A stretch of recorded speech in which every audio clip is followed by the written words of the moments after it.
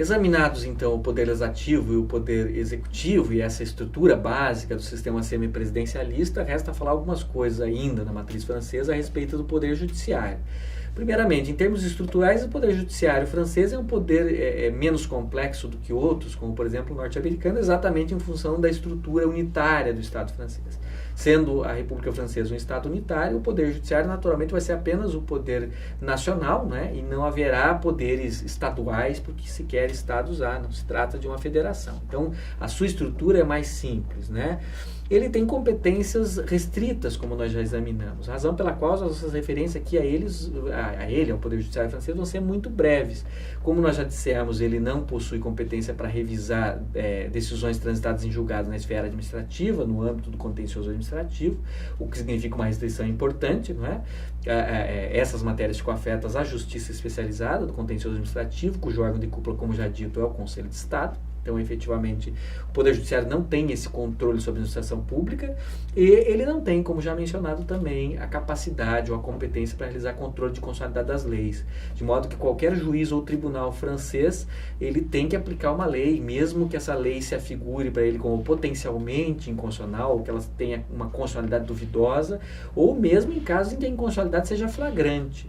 Não incorre em infração disciplinar o juiz francês que deixar de aplicar a legislação a pretexto de inconstitucionalidade, né? Efetivamente, os juízes e tribunais não têm essa competência, é negada, é vedada a eles, a defesa, a competência para realizar controle de constitucionalidade das leis. Existe um outro órgão, que é o Conselho Constitucional, que monopoliza essa competência para realizar o controle de constitucionalidade. Então, aqui nós temos essa nota, esse é o aspecto mais importante, e é exatamente por isso que não nos interessa mais de perto um exame mais profundo do Poder Judiciário francês, porque ele não exerce jurisdição constitucional e, portanto, nos interessa muito mais examinar um órgão constitucional autônomo que formalmente não faz parte do judiciário, né, e que não é, portanto, nenhuma corte, nenhum tribunal constitucional, né, mas que exerce a função de controle de constitucionalidade exercida em outros sistemas por esses órgãos, que é o Conselho Constitucional, que nós examinaremos a seguir. Isso faz com que, e é importante observar, por vezes a supremacia constitucional seja algo que existe em teoria, mas não tanto na prática. Porque, de fato, caso uma lei seja criada e aprovada no sistema francês, ainda que ela seja potencialmente inconstitucional, ainda que ela seja flagrantemente inconstitucional, se não for acionado o sistema de controle político tempestivamente, essa lei se torna meio que um ato irreversível ou de difícil reversão no futuro. Porque o sistema de controle constitucional francês, como nós vamos examinar no momento oportuno, ele é um sistema que opera preventivamente, ou de maneira precípua, né, preventivamente. De modo que o controle repressivo, o controle posterior, após a aprovação da legislação, é excepcional. Então aqui nós temos uma restrição importante, né?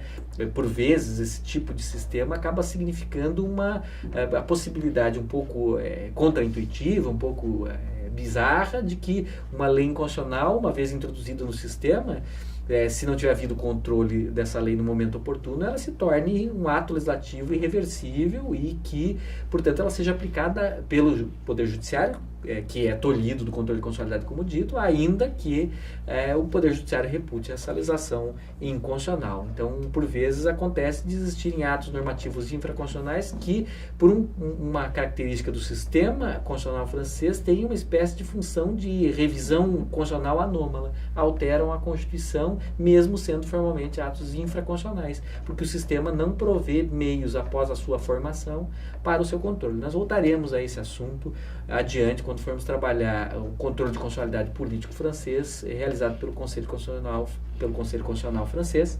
Então nós teremos a oportunidade de explicar isso com mais detalhes, né? Então nós temos no entanto, essa possibilidade, né? Esse Poder Judiciário com competências restritas e, ao mesmo tempo, essa possibilidade de que, em alguns casos, o controle de constitucionalidade ou a supremacia da Constituição seja muito mais teórico do que prático, não é? Quais são os fundamentos, né, brevemente, dessa restrição ao controle judicial de constitucionalidade das leis. Primeiro, a ideia russoniana já mencionada do primado da lei. A lei, em tese, né, para uma doutrina política que é muito importante no pensamento francês, é a expressão da vontade geral e ela não pode, portanto, ser contrariada, né, por uma decisão judicial em sentido contrário. Então, não faz muito sentido para essa visão, né, de uma democracia mais radical, a possibilidade dos tribunais recusarem a aplicação a uma lei, né? Além disso, a preocupação com a separação dos poderes. Então, como já dito, do mesmo modo que o contencioso administrativo visa evitar que o judiciário se imiscua em matérias afetas ao poder executivo, o controle político visa evitar que o judiciário se imiscua em matérias afetas ao poder legislativo, a competência do poder legislativo, né? E além disso, existe aqui uma mentalidade, né,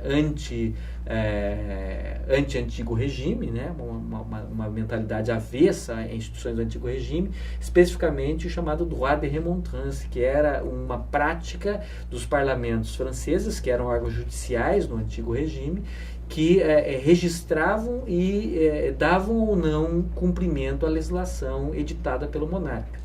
É óbvio que o monarca tinha condições de superar a eventual recusa do registro ou da execução pelos parlamentos franceses, pelos tribunais franceses da época, né? Existia um meio de superação que não era difícil para o monarca, mas de qualquer maneira existia uma espécie de possibilidade de recusa, quase um protótipo de controle de constitucionalidade guardado as devidas proporções, sem extrapolar o significado disso, né? Então, como essa instituição existia no antigo regime, quando a Revolução Francesa se torna vitoriosa, se cria uma mentalidade avessa a esse tipo de instituição, que também parece que desempenha um papel importante no que diz respeito a essa ausência, né, essa recusa de capacidade de realizar o controle de constitucionalidade ao poder judiciário. Apenas como uma ilustração, um exemplo disso que você acaba de dizer, eu trouxe aqui um trecho de um decreto editado em 16 de agosto de 1790, ou seja, logo após a Revolução Francesa, né, que estabelece, e essa norma permanece em vigor no direito francês, não exatamente a mesma norma, mas o princípio que ela institui, né, prevendo exatamente que os tribunais não poderão tomar parte no exercício do poder legislativo, direto ou indiretamente. Aqui a ideia é exatamente preservação da separação dos poderes, nem impedir ou suspender a execução dos decretos do legislativo sancionados pelo rei sob pena de prevaricação.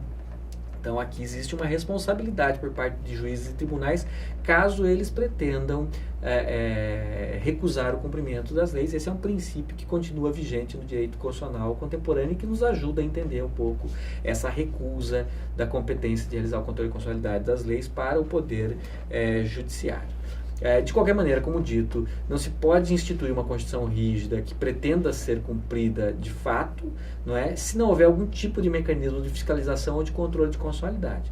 Então, a solução encontrada pelo sistema francês para instaurar um controle de constitucionalidade, evitando o problema do controle judicial de constitucionalidade, é exatamente a instauração de um órgão especial, um órgão constitucional autônomo, que não faz parte formalmente da estrutura de nenhum dos três poderes, ou seja, o Conselho Constitucional não é parte do Poder Legislativo, nem órgão auxiliar, não é parte do Poder Executivo, não é parte do Poder Judiciário, é um órgão à parte da estrutura dos três poderes, um órgão autônomo, que tem como função quase que exclusiva, né, ou precípua pelo menos, realizar essa tarefa de fiscalização da constitucionalidade das leis, ou seja, aferir se as leis são compatíveis para com a Constituição e não sendo, e invalidá-las ou impedir a sua formação. Nós veremos adiante como se dá esse controle, né? Na segunda parte do curso, né, na parte que nós iremos adentrar em seguida, em que nós teremos exatamente a possibilidade de estudar primeiro o mecanismo de controle de constitucionalidade político, cujo exemplo mais importante na atualidade é o controle francês,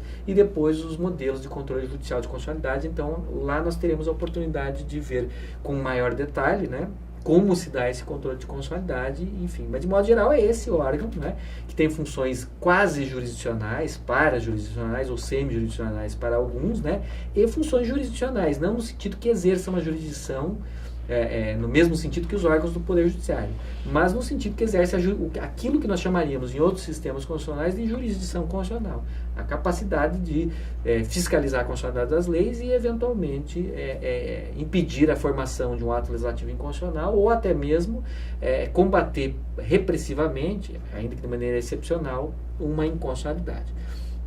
Teoricamente, esse órgão é composto por membros de duas categorias, né, chamados membres de droit, né, ou membros de direito, e membres nommés, ou membros nomeados. Na prática, existem apenas os membros nomeados. Os membros de direito seriam os ex-presidentes da República Francesa, que teriam assento vitalício depois no Conselho Constitucional, mas nenhum ex-presidente tomou jamais assento no Conselho Constitucional até a presente data, de modo que se considera, inclusive, que essa norma constitucional ela caiu em desuso. Então, nós não temos, de fato, os membros de direito no Conselho Constitucional. O Conselho Constitucional, na sua estrutura até hoje, ele se reduz, se restringe aos chamados membros nomeados, né? Ou seja, são 9 conselheiros nomeados pelos poderes legislativo e executivo. Né? 3 são nomeados pela Assembleia Nacional, 3 são nomeados pelo Senado e 3 são nomeados pelo Presidente da República. Então nós temos essa composição por indicação dos 2 poderes, né? Do Legislativo e do Executivo, e por esses três órgãos, né? Assembleia Nacional, ou Presidência da Assembleia Nacional, Presidência do Senado da República e Presidência da República. São eles que nomeiam esses membros, que exercem uma função, um mandato determinado, né? E que são renovados também parcialmente a cada período de tempo, de modo que essa estrutura desse órgão se assemelha um pouco com a estrutura do Senado, né? A renovação não se dá de uma única vez, mas se dá de forma parcial. De qualquer maneira, é interessante observar que esses conselheiros eles não são vitalícios, diferentemente do que acontece com os ministros da Suprema Corte norte-americana, por exemplo, ou com outros órgãos que exercem funções de controle de constitucionalidade. Aqui eles têm uma função restrita, aí um mandato de 9 anos, né, ao final do qual eles deixam as suas funções sendo substituídos, né? Eles desempenham funções de controle de constitucionalidade, que são as funções principais desse órgão, né? Mas também algumas outras funções que são acometidas a esse órgão, como, por exemplo, funções afetas a questões eleitorais, né? Julgamento de questões envolvendo eleições ou envolvendo consultas populares, plebiscitos, referendos. Algumas matérias desse gênero também são da competência do Conselho Constitucional, né? Então, grosso modo, nesse momento nós só vamos observar esse aspecto, né? Estamos noticiando aos senhores, depois de examinar o Poder Legislativo, o Poder Executivo e o Poder Judiciário, a existência desse órgão, a parte dos poderes que tem uma importante função de realizar o controle de constitucionalidade nesse sistema constitucional. Nós voltaremos a falar dele logo em seguida, quando nós vamos examinar o modelo de controle de constitucionalidade francês, e aí nós teremos uma visão mais dinâmica de como esse controle de constitucionalidade ocorre. No momento, apenas apresentamos o sistema, né, aos senhores. Para encerrar a matriz constitucional francesa, basta falar agora de alguns temas finais, especialmente essa questão da difusão, né? Quais são os elementos que são exportados pela matriz constitucional francesa para outros sistemas constitucionais e, portanto, são um elemento de influência importante do sistema constitucional francês em outros sistemas. São diferentes elementos que são exportados em diferentes momentos históricos, né? Nós vimos que a história francesa é longa e é conturbada no sentido de existirem diferentes constituições, com diferentes características e assim por diante. Então, em diferentes momentos, né, o sistema constitucional francês exerceu diferentes influências sobre diferentes países, exportando diferentes ideias ou diferentes instituições, ou diferentes elementos do seu sistema constitucional. Então, num primeiro momento, a gente poderia dizer que direitos e garantias individuais foram um elemento de ampla exportação, e nós sabemos disso, né? Boa parte dos direitos, liberdades e garantias que são incorporados em diversos sistemas constitucionais têm a origem na matriz constitucional francesa, né? A doutrina da soberania nacional também é desenvolvida no direito constitucional francês e é exportada para diversos sistemas constitucionais que adotam o princípio do governo representativo, então também é um elemento típico do direito constitucional francês que exerce influência importante sobre outros. Algumas versões da separação de poderes, né?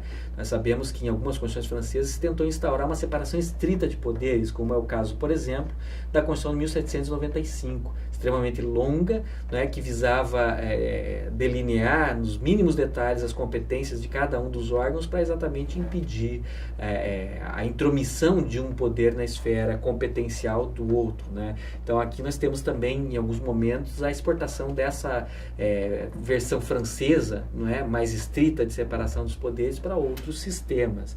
Mais tarde, quando o semipresidencialismo passa a influenciar sistemas constitucionais como o português ou o espanhol, a partir da década de 70, assim como o grego e outros, também a versão mitigada de separação dos poderes, representada pelo semipresidencialismo, influencia da mesma maneira, né? Basta lembrar ainda, falando em separação dos poderes, que a nossa primeira Constituição, não é? No caso da República Federativa do Brasil, a Constituição do Império de 1824, ela continha a versão da separação dos poderes, uma das versões francesas de separação dos poderes, aquela proposta por Benjamin Constant, né, que adotava não 3 poderes, mas 4 poderes, né, agregando aos 3 tradicionais poderes, legislativo, executivo e judicial, o poder moderador. Então esse é um exemplo também de influência de elementos típicos do direito constitucional francês sobre outros sistemas. Além disso, outros temas clássicos do direito constitucional francês são objeto de ampla difusão, né? O republicanismo e os seus institutos, o princípio da laicidade estatal na versão francesa também, o governo parlamentar de assembleia em alguns momentos em que a assembleia possuía uma ascendência sobre os órgãos que exerciam o governo e assim por diante.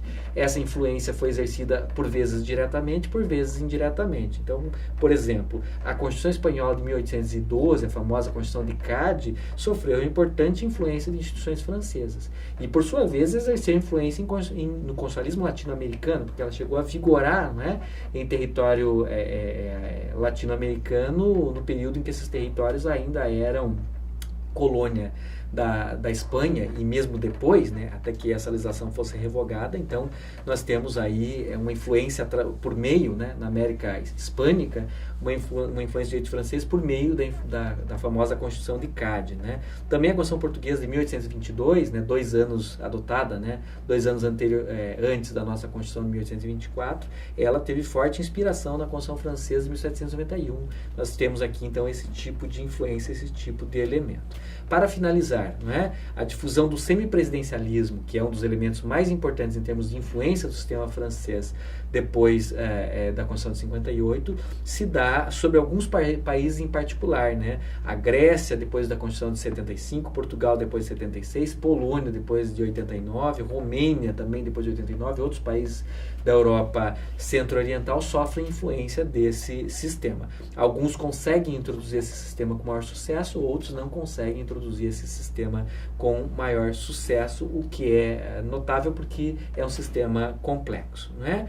Também exerce influência aí em termos de regiões, né? Forte influência sobre a América Latina durante bastante tempo, notadamente durante o século XIX, depois essa influência tende a ser substituída pela influência norte-americana, também na Europa continental, exceto alguns países, norte da Europa, Europa Central, e em particular alguns estados como Portugal, Espanha, Itália, Grécia, Romênia e outros.